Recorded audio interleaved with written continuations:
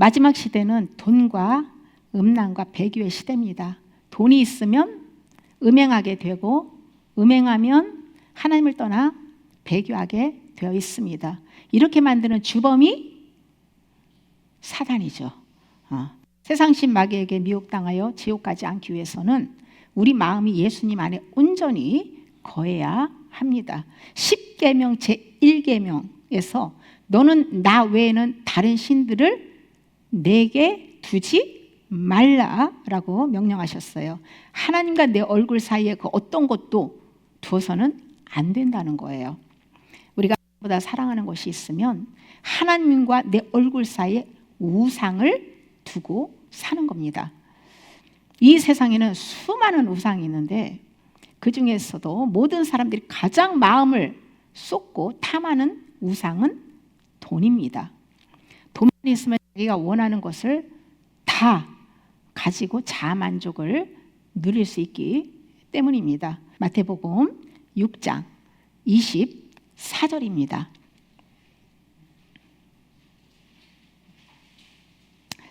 한 사람이 두 주인을 섬기지 못할 것이니 혹 이를 미워하고 저를 사랑하거나 혹 이를 중히 여기고 저를 경히 여김이라.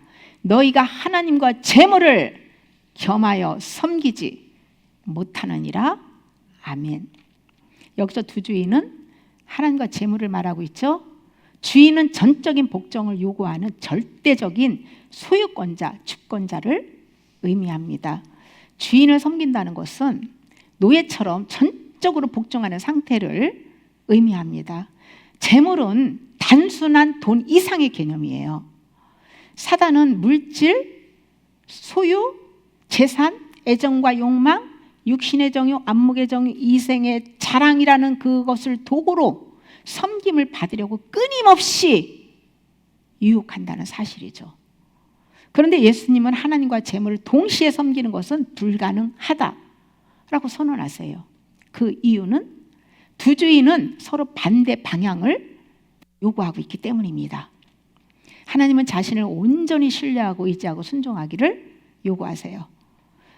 반면 사단은 재물에 미끼를 던져서 사람에게 더 가지면 안전하고 행복할 것이라고 속삭이면서 재물을 의지하고 따르라고 계속 유혹합니다. 재물이 우리 마음을 지배하는 주인이 될 때에 재물은 가장 무서운 적이 되는 거예요. 이때 우리가 할 일은 모든 소유권을 하나님께 드리고 내 권리를 포기하고 하나님만 의뢰하는 겁니다. 우리가 물질의 마음을 빼앗겨 사는 것은 사단을 섬기는 것과 같습니다. 이런 말씀들은 사단이 듣지 못하도록 귀를 막고 설령 들어도 교회 문 밖으로 나가는 순간 다 잊어버리게 만들죠. 지금 여러분들이 이 진리가 귀에 쏙쏙 들리고 마음으로 받아들인다면 은혜를 받고 있는 거예요. 예수님은 재물을 단순한 도구가 아니라 만몬이라고 부릅니다. 만몬은 고대 시리아어로 부와 재물, 소유라는 뜻의 신의 이름이에요. 그러니까 만몬은 세상 신을 말합니다.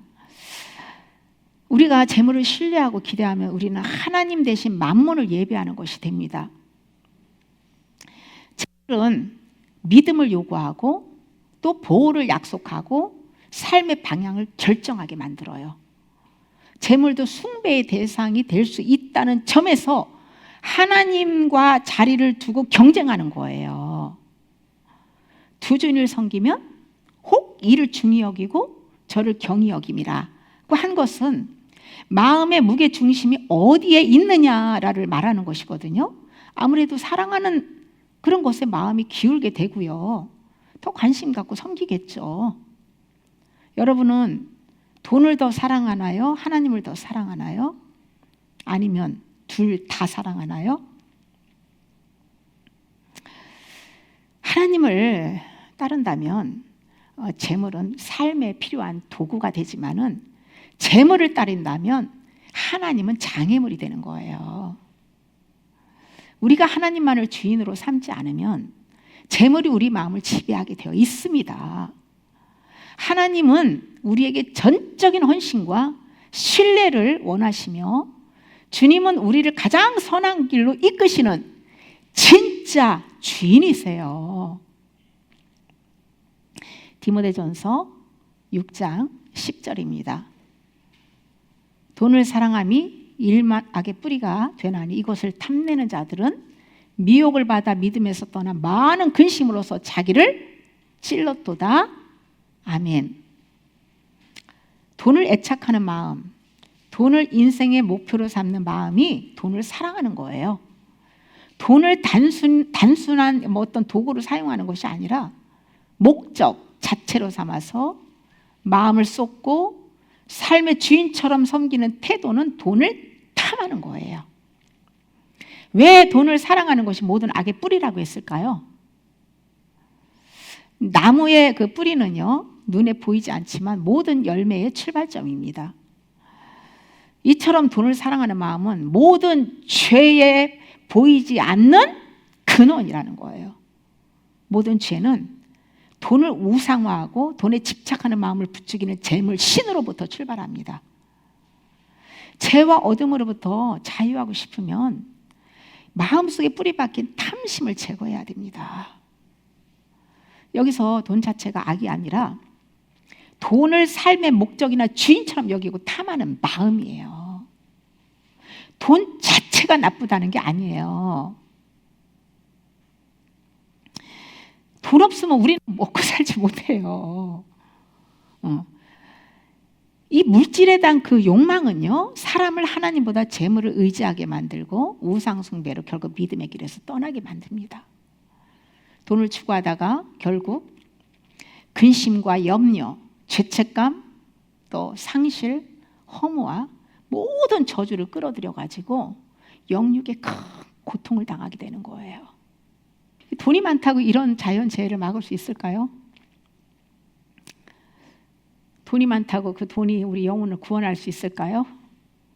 세상을 창조하시는 하나님만 모든 걸 할 수 있기 때문에 이 마지막 때요, 우리가 안전한 영혼 몸의 보호와 구원을 보장받기 위해서는 아버지 품 안으로 들어가야 되는 거예요. 하나님의 품 안으로 들어가기 위해서는 먼저 의지하는 모든 것을 다 내려놔야 되죠.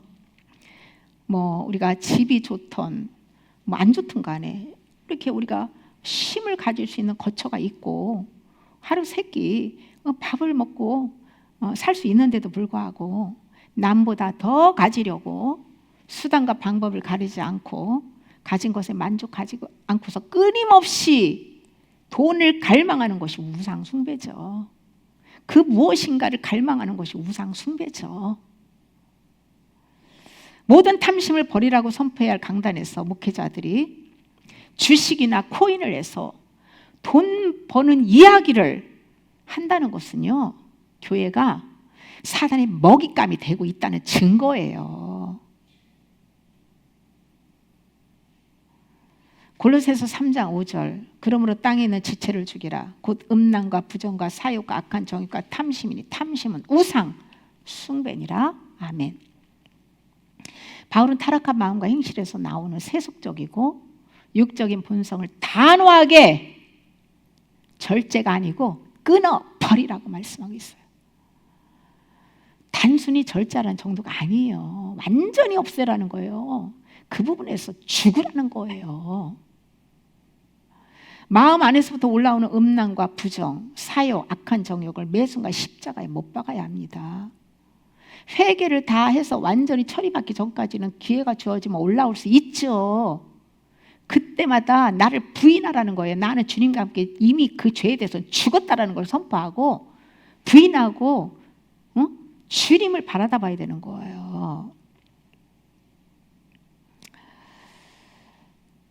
탐심은 물질이나 소유를 하나님보다 더 중요하게 여기는 마음입니다. 이것은 실제로 하나님이 하는 다른 대상을 섬기는 것이기 때문에 우상 숭배라고 하는 거예요. 우상은 단지 어떤 형상이나 그 조각상 그런 것이 아니고 이 마음 중심에 그 둔 최우선의 가치를 말하고 있어요. 예를 들면 돈이나 명예, 성공, 쾌락, 자식, 건강, 외모 등등 그런 것들을 마음 중심에 두고 집착하고 관심 갖고 사랑하는 것들이 우상 숭배하는 거예요. 우상을 깨닫지 못하는 사람은 마음에 하나님의 빛을 받지 못한 겁니다. 내면의 양심의 등불이 꺼져서 우상을 보지 못하는 거예요. 우리는 심판받지 않기 위해서는 하나님보다 더 중요하게 여기는 것이 무엇인지 찾아서 꾸준히 소유버리는 회개를 해야 합니다. 히브리서 13장 5절, 돈을 사랑하지 말고 있는 바 족한 줄로 알라. 그가 친히 말씀하시기를 내가 결코 너희를 버리지 아니하고 너희를 떠나지 아니하리라 하셨느니라. 아멘. 주님이 우리와 언제나 함께 사시잖아요. 함께 하시라. 모든 걸 다 아시잖아요. 우리 생각까지도. 무엇이 필요한지 부족한지 다 아시잖아요. 돈을 사랑하지 않기 위해서는 마음 안에 탐심을 파버려야 돼요.